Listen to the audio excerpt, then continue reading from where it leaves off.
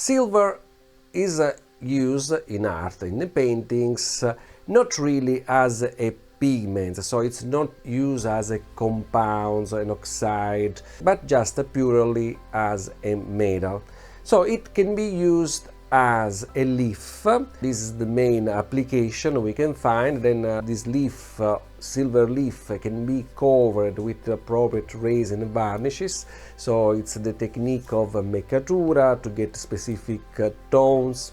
Otherwise, but more rarely, it can be used grounded, powdered, so applied as a pigment in terms that is mixed with the binder, but this application was definitely more rare because silver is prone to tarnishing.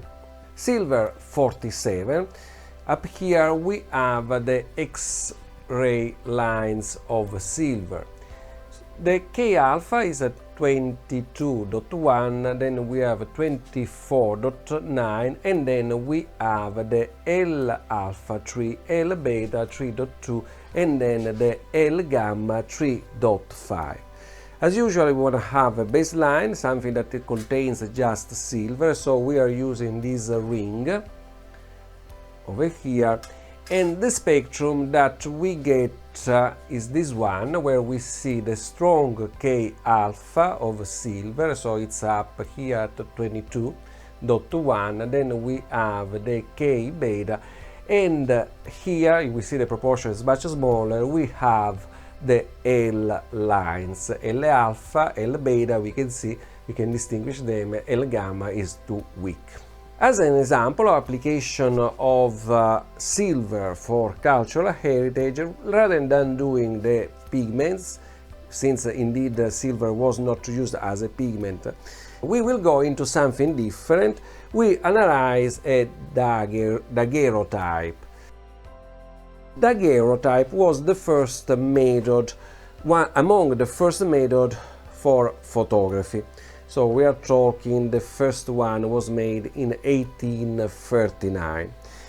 It is made by a layer of copper that acts as a support, just a stable support, and then on top of it there is a layer of silver.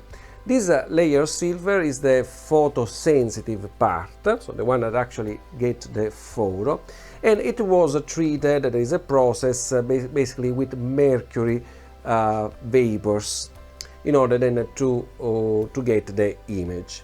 So this is the daguerreotype under the XRF system.